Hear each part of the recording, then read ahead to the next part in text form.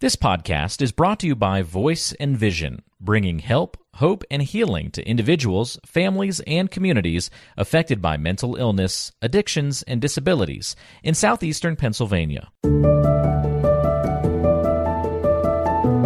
Welcome to Untold Valor, a podcast with a unique focus on veterans, featuring stories of courage, recovery, perseverance, and strength. Listen to hear veterans share their perspectives on what it's like to battle mental health challenges, combat addictions, and overcome other adversities unique to those who have served. Welcome to another edition of Untold Valor, Veterans Recovery in Action. We're always excited and looking forward to having new guests on the show to talk about their experiences during their service and after. And this week is no exception. We have Myra Fields-Rouse joining us, a retired Army officer. We're going to get into her conversation here on the podcast, where we listen to and focus on veterans with stories of courage, recovery, perseverance, and strength. So let's get into our conversation this week with Myra. Myra, thanks for joining us here on the podcast. Appreciate your time. How are you? Thank you for having me. I'm great today. Just a little tired. Just a little tired. That's all right. Nothing wrong with that. And Reverend Ben's here as always, my friend. How are you, sir? I'm doing fantastic. Ready to go. Ready to go. Ready to chit chat. Well, let's get into Miss Myra's story here. Myra, you're a retired Army officer, combat veteran of 22 years. We typically open up the podcast by asking you to tell us a little bit about your time in service and just kind of a little backstory on you. Okay, well, not the unusual thing is my mother and father met in the military. Okay. So they met in Germany, and they fell in love and got married. And then I've had my siblings, we were all born in different military installations and things like that. And from an early age, I always wanted to join the military. And after I got like around 17 or something, I said, I want to join the military. My mom and dad were like, no. Really? They said no? Okay. They said, absolutely not. So I said, okay, I'll fix you in, So I waited till like early 20s, and then I went in. And I've enjoyed it. I was enlisted and received many awards and things like that when I was enlisted. And I got recommended to go to OCS, done a lot of different things, deployed to Afghanistan in 2003, 2004, seen a lot of different things, lost some friends. I got injured over there myself. But the thing about it is with most veterans, transition comes back, Right. For some veterans who have survivor's guilt. Well, why me? What happened? Sure. And you have to deal with that, along with PTSD, other things. And did you suffer for some of that yourself, Myra? Oh, absolutely. I got a laundry list, and it's the thing about it is I tell people you can manage. I had to teach myself many things and advocate for myself from the VA to get what I needed for myself. So PTSD, depression, anxiety, chronic pain, the list goes on. But I implored the veterans to advocate for themselves because I had a therapist that tell me at the VA, PTSD can be cured. Oh, okay. No, it can't. You can manage it. Manage, yeah. And that's what we do with my unit to show, because all three of us, the other two members of the unit, are all combat veterans. So to show that you can manage things. And when you need a little maintenance, we encourage people to go seek assistance because, as veterans, we don't need no help. We need assistance. Right. Go get a little tune-up, mental health tune-up or whatever, because that's the thing about it. Some people think, therapy, you drop in, you drop out, you drop in. But you got to do what you need to do to make sure that you're healthy and well. Yeah, and very true. That's our focus, is to make sure. And through Veterans Court, I think when I was still in the service, people gravitated to me, I guess, because of my nature and everything. I'm very nurturing. And I love people. And, when you experience certain things like loss and things in the military, it's hard to come to terms with, and it's hard to transition. And I think a lot of veterans still transition, like myself. I'm very productive, but you still transition because you want to find that sense of belonging and where you fit in and want to give service. Because 9 times out of 10 with veterans, when they get out, they want to give service. They want to do something to assist people or give back to the community. community. Yeah, and we're going to talk about some of that as well as what you're doing with your life now, and I think that's a big focus here, Ben. We talk about that often on the show, yourself included, right? Is whatever happened to you during your time in service, whether you've come back with PTSD or have had some pain issues or some addiction issues or whatever it might be. Veterans have different struggles when they return back home and getting that transition back into society, and often you find a lot of a path forward through helping others, right? Which is what you did, Ben. Absolutely. Having had a lot of adverse experiences and experienced a lot of pain and trauma in the military, because all trauma in the military is not combat trauma. You have mental trauma, all kinds of trauma. And I really believe that the reason why veterans are like Myra just said is they come home on the serve because pain is a motivator. Pain will make you want to do something. And that's the only valuable thing about pain I can say. Because the military, the military says pain is nothing but weakness leaving the body. Right. That's correct. Right. Very true. Well, so Myra, let's talk a little bit about, so you come back, you served for 22 years, right? You said you retired. Yes. And so now you've been helping out veterans in a number of different ways. So tell us about what's going on now, because again, in that prospect of serving others, you found some ways to kind of do that. You kind of find some ways to pay that forward. So talk a little bit about what you got going on. With my passion and everything like that, I'm now the manager of the unit. I started off as a clinical coordinator, but I saw the need and I saw what they weren't before I got to that position, that people weren't getting what they needed from us. And what is that position, Myra? I'm sorry. I'm the Veterans Initiative Manager right now. Okay. So I oversee the unit right now. Okay. And this is with, we were talking about, this is DBHIDS, DBHIDS, Department of Behavioral Health and Intellectual Disability Services. It's a mouthful. That is correct. Okay. And we'll have links to that, by the way, folks, if you guys want to check out the website there. It's a little bit interesting, dbhids.org, but we'll put the links in the show notes. So anyway, I'm sorry, Maya, go ahead, continue. Sure. So to give them what they need, because we do, like I said, we do a holistic approach. If someone has issues with substance use or addiction and things like that, and they don't have stable housing, how are they going to get the program? Right. How are they going to come to court? How are they going to do these things? So that's we start at the lowest level to see what they need. Do you need food? Do you need shelter? You need me to refer you somewhere? What do you need? And then we go on from there, because that's the core for stability. Because if you don't have anywhere to go and you're homeless and things like that, then it's going to be difficult for you to complete your goals, to complete the mission. Very true. That's a big thing, and changing the insight of how people view veterans. A lot of that is a lot of negative connotation with veterans too. When you talk to some people at the workplace, and I'm listening, and one guy said, "Well, you never tell your story." I said, "Most veterans don't, unless you kind of poke the bear. We do what we have to do, and right. we move on. I don't brag. I'm very humble. I'm very grateful for the things that the universe have given me, and I intend and I do pay it forward." And so that's a great thing with us, that we do whatever they need. If someone needed an application for a headstone, I'm there. If they need this, anything, even toys and stuff like that. So we collaborate with a lot of different agencies, providers, to get the veterans what they need. And the good thing about that is with Vet Court, I'm like the non-VA people. So if they're not eligible for, regardless of what, it could be income guideline, it could be discharge status, it could be they don't want to go there. Then I come in, we do the assessment, we work with them, we assist them with referring them to file for compensation, because a lot of times people don't have that dialogue. I want you to get everything that you deserve, and a lot of times people are angry, they don't want to go to the VA for certain things. They're just angry. Well, maybe you need to address that anger and see why, because that's impeding your ability to move forward. Great point. And, I don't preach religion. I said, but you gotta find yourself grounded in things and find a purpose. And, when people, like the Reverend said, with their trauma, so much trauma, childhood trauma, they escape from the childhood trauma to go in the military. Then you got that trauma on top of that. Then if you go in combat, then you have that. Or if you got military sexual trauma, things just compiled on top. And then what happens is, then they get out. They're either discharged with a negative discharge, and then they don't know where to go. They go to the VA, or people get out. After you get out, And after you deploy and come back to the United States, you just want to sign the paperwork and turn your equipment in and leave. You just want to leave. You just want to be home, right? That's it. Yeah, but then all that stuff that's what's in that home look duffel like? bag Right.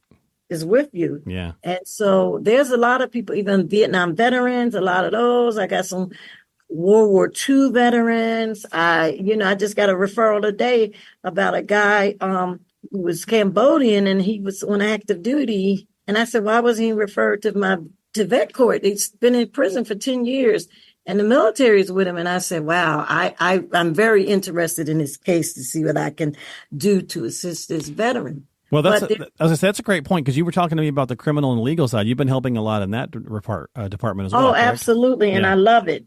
And you get to establish rapport with the public defenders and the district attorneys. And sometimes our court is very different. It's very, very different in the fact that other people come. I've invited people to come see the court and stuff like that. And they say, oh, it's different.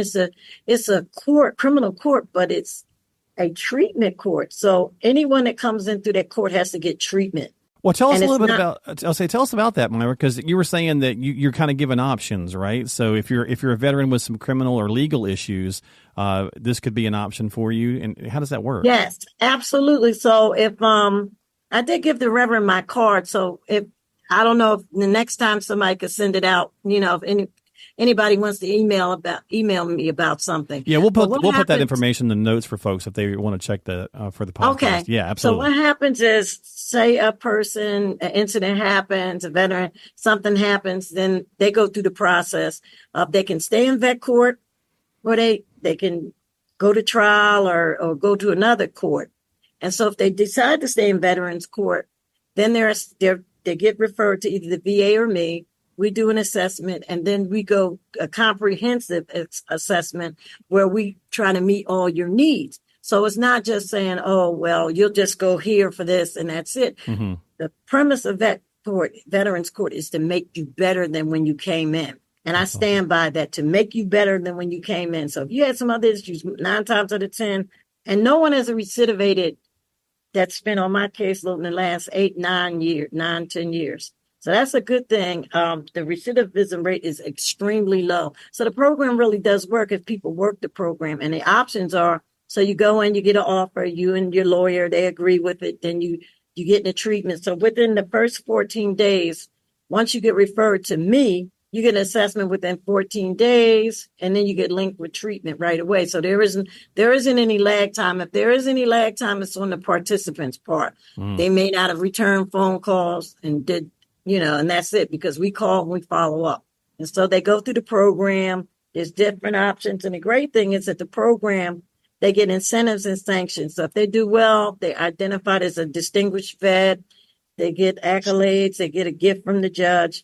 And then if they're not doing that well, to get them refocused, they might get a sanction. It could be a jury box. It could be community service. It could be doing equine therapy. It's a lot of different things. In yoga, we try to be holistic, but out of the box thinkers. Sure. So that's awesome. Because we know the traditional treatment modalities are not really working with the veterans that are coming out of the military. Gotcha. So even dealing with chronic pain, when you try to tell people, the pain, you got to get up and move around, but there's other different modalities besides using pain medication all the time.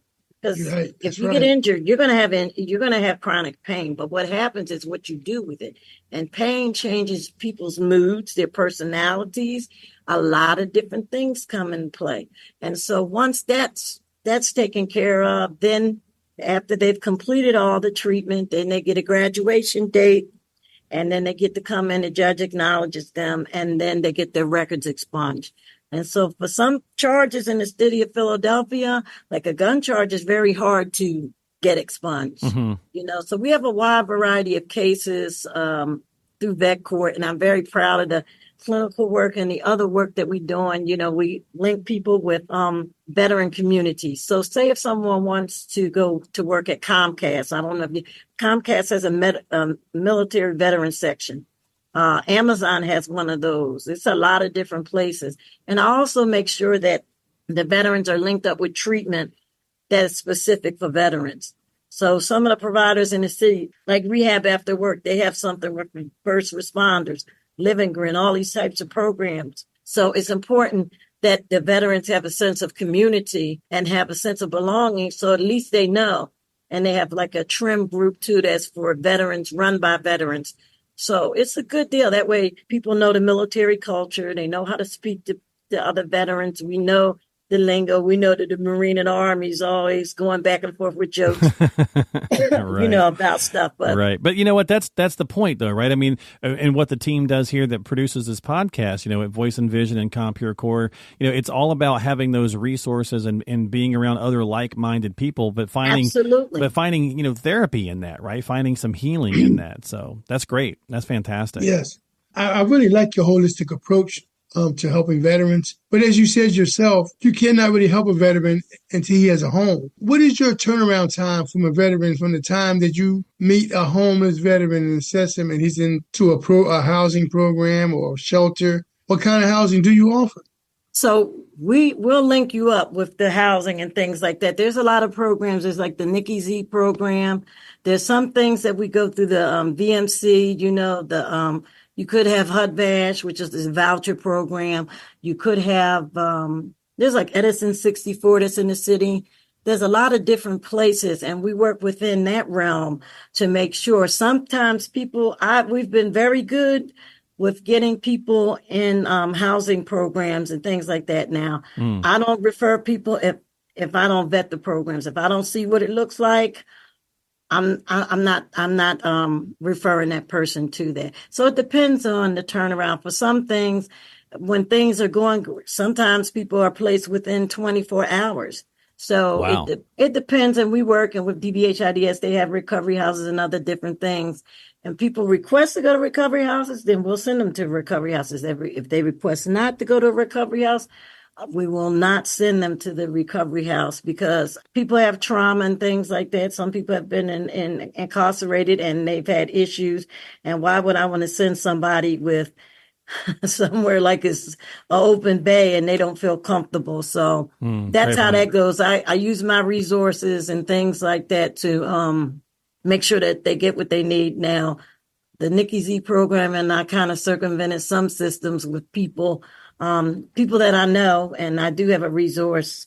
And the Reverend, if you want to email me, I can get that information to you because we kind of went, I don't want to say the name of the place, but we just went around and they told us they had vacancies and things like that. Yeah. So No, I appreciate that for the podcast purposes. But, it's still, the point is, right, and Myra, what we typically do is when we wrap up the show is we kind of say, look, there's all these resources. There's folks out there that can help, that want to help like yourself.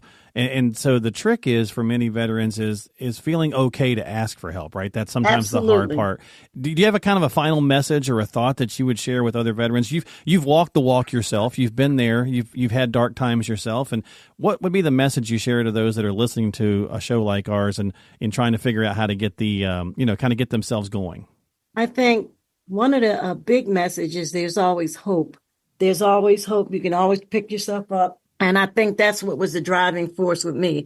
Never give up. Never, even if someone closes the door and says, oh, we can't assist you, then go to the next person or go to their supervisor and things like that. Go above their head. It's nothing wrong with that.